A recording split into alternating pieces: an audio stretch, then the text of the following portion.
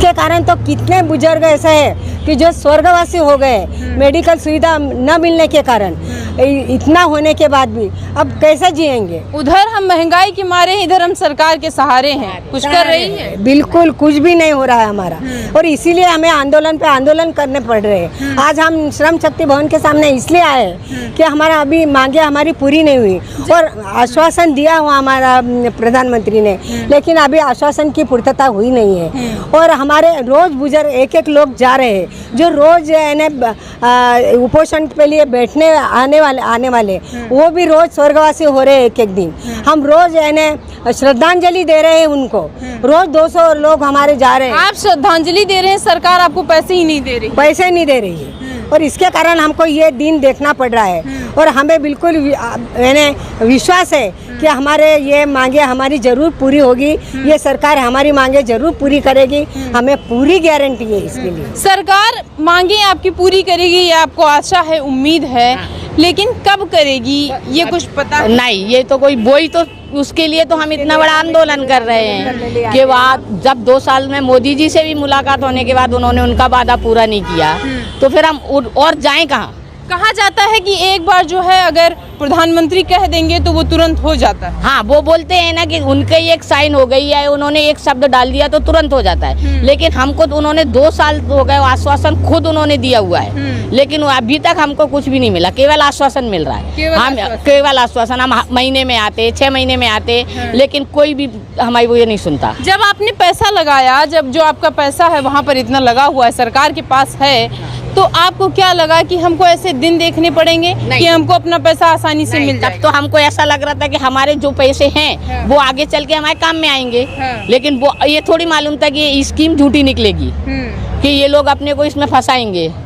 हाँ, तो उन्होंने जैसा मेरे फंसाया है वैसे भगवान करे उनको सद्बुद्धि दे कि हमारी जल्दी से जल्दी हमारी पेंशन मंजूर कर दे। हाँ, भगवान जो है वो उनको बुद्धि दे, वो आपका पैसा फंसाए हुए हैं।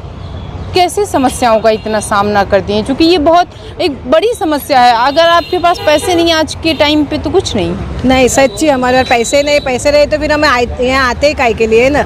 हम घर दार छोड़ के सब छोड़ के हम यहाँ आते हैं। एक बार धरने में आती होंगी तो 1000 रुपए तो वैसे 1000 नहीं 2-2 हजार रुपए टिकट लगता है, या रहना खाना लगता है, तो भी हम वेटिंग के नहीं तो जनरल के टिकट में आते हैं हमेशा, क्योंकि जहाँ पे जगह मिली वहाँ पे बैठ जाते हैं और आते हैं यहाँ पे। हम वेटिंग पे आए हुए हैं, नीचे बैठ के आए हम यहाँ पे, और जाने के लिए भी हमारा वेटिंग में है अभी टिकट।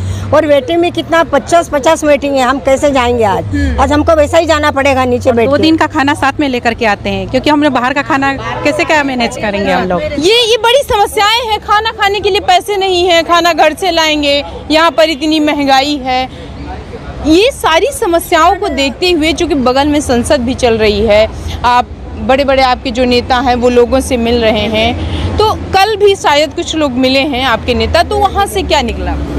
वहाँ से सिर्फ यही आश्वासन मिलता है हमें, आश्वासन पे आश्वासन मिलता है, बाकी काम कुछ नहीं देते हैं। हर संसद और काम हर जिले के संसद हमको आश्वासन दे रहे हैं कि तुम्हारा काम जल्दी होगा, हम संसद में आपकी जो ये मांगे हैं वो उठाएंगे। लेकिन वो उठा रहे हैं, लेकिन आगे कुछ भी नहीं हो रहा है। और हम भीख तो नहीं मांग रहे हैं ना, हम खुद हमारे पैसे जो जमा है वही मांग रहे हैं ना। हम भीख नहीं मांग रहे हैं, अपने पैसे मांग रहे हैं। सरकार इतना टाइम क्यों लगा रही है? देखिए, हम लोगों ने हमारे सेवा काल में 470 रुपये महीना, 541 रुपये महीना और 1250 रुपये महीना कटाया, क्योंकि हमारी जो बुढ़ापे की जिंदगी है कुछ पेंशन खाने लायक जीने लायक मिले तो अच्छी जाए। मगर हमें मिल रहा है पेंशन 300 रुपये, 500 रुपये, 700 रुपये, ज़्यादा से ज़्यादा 3000, 3500, इससे ज़्यादा नहीं। औसत पेंशन जो है 1171 रुपये पूरे इंडिया में मिल रहे हैं। ऐसा कहा जाता है 1947 में भारत स्वतंत्र हो गया, मगर अभी भी हम कामगार सब लोग जो है एक गुलाम है, ये बेगारी के शिकार है। हम लोगों को जो है ना खाने को पैसा है ना दवा को पैसे। रोज 200 लोग भारत में रोज दवा नहीं खाना नहीं इसलिए मर रहे हैं। ये आज की हमारी हालत है। और हमारा जो पैसा है इसका आज का वैल्यूएशन अगर किया जाए तो वो 20 से 25 लाख रुपए है। तो 20-25 लाख जो है उसके बावजूद हमें मिलता है 11। भवन के आगे प्रोटेस्ट चल रहा है, मैं दिखा दूंगा आपको। जो PS95 के लोग हैं ये यहाँ पे प्रोटेस्ट कर रहे हैं और पुलिस रोकने की कोशिश कर रही है इनको। और अभी ऐसा जो है SHO जी जो पार्लियामेंट स्ट्रीट वो लगे हुए हैं और पूरी तरह से लगातार 95 की मांग को लेकर धरना प्रदर्शन जारी है। और ये आज श्रम शक्ति बिल्डिंग के सामने आ गए हैं और ये आज पूरी तरह से नारेबाजी चल रही है। और ये देखिए पुलिस अभी देखिए सीनियर IPS अधिकारी भी उपस्थित हैं यहाँ पर। और मैं बता दूं किस तरीके से लगातार नारेबाजी चल रही है। संसद पास में ये संसद का सत्र चल रहा है, संसद के सत्र के आसपास ही ये पूरा प्रोटेस्ट जारी है और ये कोशिश हो रही है कि इसको रोका जाए। पुलिस बल आ गया है और पुलिस बल देखिए लगातार पुलिस बल आता हुआ और ये पुलिस बल अब लगता है डिटेन किया जाएगा इनको। और ये पुलिस बल पहुंच गया है और एकदम अजीब सी स्थिति हो गई है क्योंकि संसद चल रही है और संसद चलते समय अगर इस तरह का माहौल बन जाता है, अलग से CRPF और वो पहुंच गए हैं। अब ये देखना होगा कि ये क्या होगा। नारेबाजी चल रही है, श्रम शक्ति भवन के सामने हैं हम लोग और ये नारेबाजी पूरे जोर शोर से आपको सुनाई दे रही होगी। वरिष्ठ अधिकारी सीने घटनास्थल पर मौजूद हैं और पूरी तरीके से नारेबाजी हो रही है, समझाने की कोशिश हो रही है। और समझाने की कोशिश के साथ साथ लोग कह रहे हैं कि इसके 95 के लोग और अब देखिए पूरी तरीके से संसद में पुलिस रोकने के वरिष्ठ अधिकारी ACP जो पुलिस के ACP हैं वो भी हैं। अब पूरी तरीके से एक रस्सी बांध दी गई है और रस्सी के अंदर ये लोग कवर करने की कोशिश कर रहे हैं। मैं बता दूं नारे लगातार लगा रहे हैं, कुछ ही लोग हैं, ज्यादा लोग नहीं हैं। अपनी इसकी मांगों को लेकर इन्होंने विगत जंतर मंतर पर भी धरना दिया था, लेकिन उस धरने के बाद भी लगातार ये बात कही जा रही है कि क्योंकि संसद का सत्र चल रहा है, बहुत ही सेंसिटिव इलाका है और पूरी तरीके से रस्सी बांध दी गई और इनको रोक दिया गया है आगे बढ़ने से। अब ये देखना होगा कि नारेबाजी पूरी तरह से चल रही है। और मैं बता दूं यहाँ पर कि दिल्ली पुलिस की एडिशनल टीम आ गई है। देखिए दिल्ली पुलिस की एडिशनल टीम आ गई है और ये जो जवान है दिल्ली पुलिस के तुरंत ही बनाए गए हैं और पुलिस ने डिटेन करेगी, फटाफट डिटेन करके बहुत तेजी से डिटेंशन हो रहा है। ये देखिए पुलिस डिटेन करेगी और ये देखिए पुलिस डिटेन करके फटाफट इनको डिटेन कर रही है।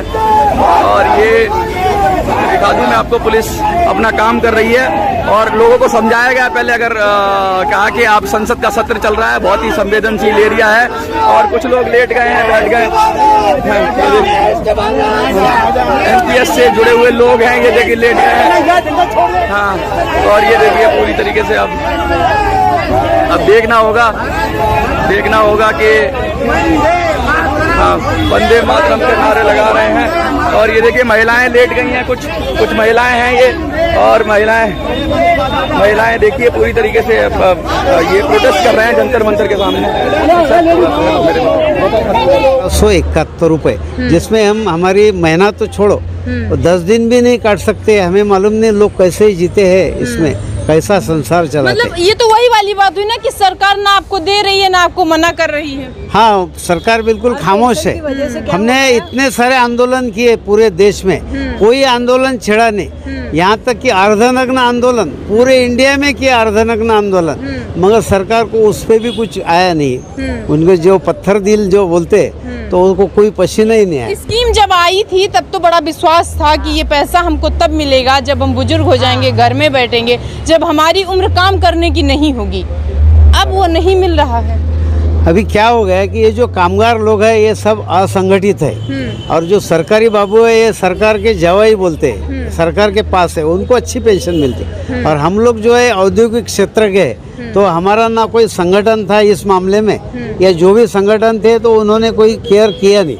और अभी ये जो हमारे कमांडर अशोक राउत साहब है, इन्होंने नेशनल एजुकेशन कमेटी, राष्ट्रीय संघर्ष समिति की स्थापना की है 2015 से, और उस समय से सबको इकट्ठा किए, सब पूरे 27 राज्य इंडिया में सबको इकट्ठा करके ये संगठन